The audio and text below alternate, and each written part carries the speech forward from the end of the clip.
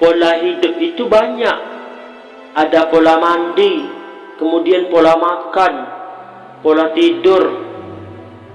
Pola mandi itu ada jadwalnya juga. Jam 5 sore sampai jam 8 malam itu tidak boleh mandi, karena itu masa rawan, disebut dengan masa transisi, mudah kemasukan jin. Kemasukan jin itu bukan semestinya kesurupan. Sifat berubah itu juga gangguan jin. Itu namanya sektoral.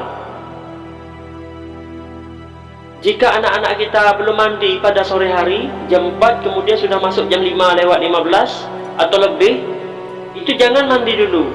Tunggu setelah sholat isya jam 8 malam. Mandi malam romantik itu jam 10 ke atas. Dari jam 10.30 malam sampai jam 2 itu tidak boleh mandi. Kalau jam 3 subuh boleh. Itulah disebut dengan mandi sunnah. Banyak fungsinya. Salah satunya adalah untuk tangkis sihir. Jam 6 sampai jam 7 itu tidak boleh mandi. Masa transisi antara malam menuju siang itu kan ada masa fajar. Itu disebut dengan masa transisi. Itu pola mandi. Kemudian pola makan.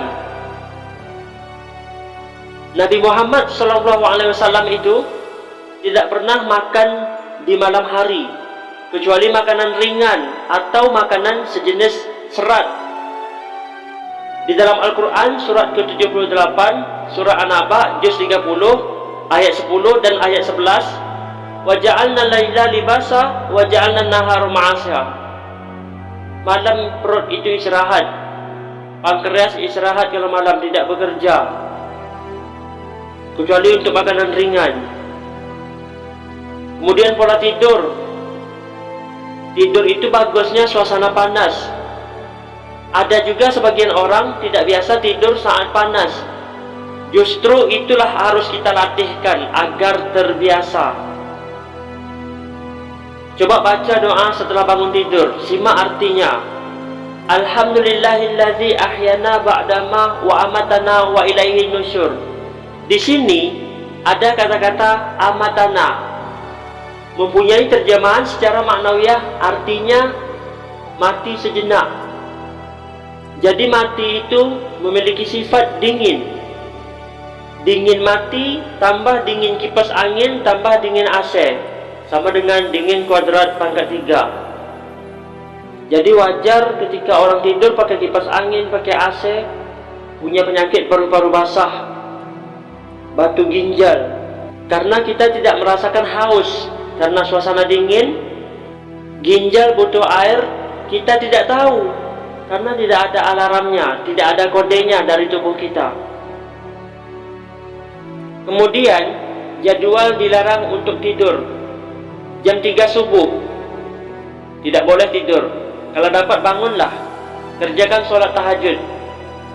Dari segi kesehatan itu banyak manfaat kalau kita bangun subuh jam 3 sampai jam 10 pagi.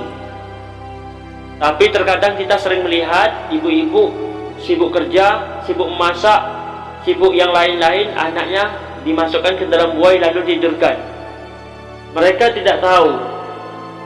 Yang penting mereka nanti akan menikmati hasilnya setelah dewasa.